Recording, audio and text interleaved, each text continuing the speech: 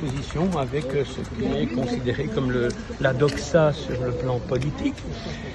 Nous avons eu des exposés qui pourraient être un peu simplistes, il faut bien le reconnaître, sur le plan scientifique, notamment l'exposé du Dr Goldman qui s'adressait quand même à un public non averti. Je pense qu'il l'avait prévu en fonction, à l'époque où il était question d'admettre du public dans la salle. Mais il est intervenu de façon très objective.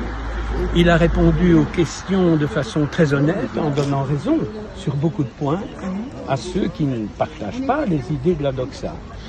Ensuite sont venus deux exposés de nature philosophique sur la préséance du droit naturel, sur les relations entre la liberté individuelle et l'ordre public, qui était parfaitement sensé. Je veux dire, il s'agissait des principes généraux du droit, donc il n'y avait rien à dire à ces exposés. Puis, après la pause, les exposés de le grand débat contradictoire, les exposés de celui qui était favorable à la vaccination obligatoire des soignants, à savoir le professeur Klimek, et celui qui était contre, à savoir Bernard Rentier de Liège, qui était l'ancien recteur de l'Université de Liège. Alors, ce qui est incroyable, c'est que l'opinion du pour et du contre, c'était non, il ne faut pas vacciner les soignants.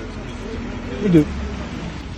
Tant les conclusions de Klimek que les conclusions de Rentier étaient, il n'y a aucune raison d'imposer la vaccination obligatoire aux soignants. Donc si je comprends bien, il y a quand même un retour de situation là. Il y a un retour de situation qui est fatal puisqu'il est lié à l'observation de résultats qui ne sont pas probants par rapport à l'efficacité du vaccin en termes de transmission et qui sont douteux en matière d'efficacité contre le décès. Ils ont bien reconnu qu'il y avait des problèmes et conséquemment, dans l'état actuel des choses, il était hors de question même de soulever la vaccination obligatoire des soignants. Tant Melot, le vice-président de l'Ordre national, qui a dit que le sujet était enterré, que les autres intervenants.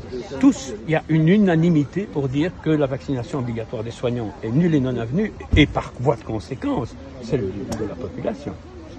Et donc, ça c'est déjà une victoire. Je la ressens comme une victoire un petit peu amère dans la mesure où ils ont dû attendre pour y arriver que la vaccination fasse la preuve de son inefficacité, notamment dans la transmission.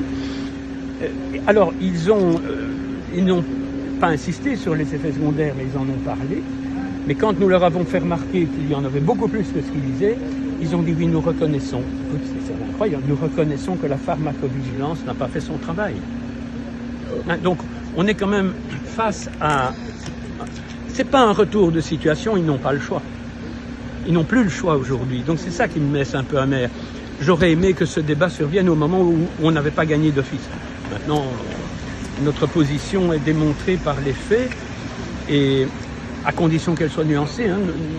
Il ne faut pas nous considérer comme des anti-vax, bien entendu, mais comme des gens qui veulent pour chaque situation une solution qui soit adaptée et qui soit constructive sur le plan de la santé publique.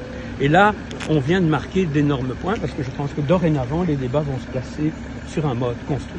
Et par rapport à la pharmacovigilance, est-ce qu'il y a des pistes pour l'améliorer ? Ils ont reconnu qu'elle était insuffisante, c'est déjà un palier extrêmement important, ce qui va nous permettre, fort de cette position de l'ordre, parce que c'est en Melot que Goldman qui l'a reconnu, ça va nous permettre d'être plus exigeants sur la simplification des déclarations. Parce qu'il faut bien reconnaître que moi j'en aurais bien fait tous les jours, mais c'est fastidieux. Il faudrait pouvoir entrer la carte d'identité du patient dans un lecteur et mettre vaccin telle date, tel problème tel jour. Point. Et là, on aurait une vraie pharmacovigilance. Et il y a tant d'autres sujets maintenant qu'on va pouvoir aborder et qui sont fondamentaux. Et on va pouvoir les aborder parce que si l'ordre n'est plus une menace pour ceux qui pensent de cette façon, beaucoup vont se dire « Ah ben maintenant on peut parler ». On peut parler. C'est malgré tout une grande victoire, mais elle était naturelle et évidente. Je veux dire, je n'avais aucun doute sur l'évolution des... C'est très bon en tout cas. Il y a le docteur Benoît Oxy en face de nous. Tu te rends compte que c'est qu'en Belgique qu'on a ça, hein? Oui, mais ça va... Parce qu'en France, ils n'ont pas encore accepté. Non, mais attends, c'est chacun son tour. Oui. Les Français ont fait la révolution en 89, nous en 1830. Maintenant, c'est l'inverse. C'est nous qui commençons et vous qui terminerez. Enfin, toi, tu es luxembourgeois. Oui, mais luxembourgeois, ils n'ont pas encore admis et j'espère que ce qui se passe aujourd'hui en Belgique va permettre Tout de à faire fait. tourner les choses peut-être au Luxembourg Tout à fait. et en France aussi. Donc Tout à fait. pour moi, c'est une victoire aussi. En tout cas, je suis extrêmement heureux de la dialectique de cette réunion Ouais. et de la façon dont on a enfin considéré la possibilité de discuter.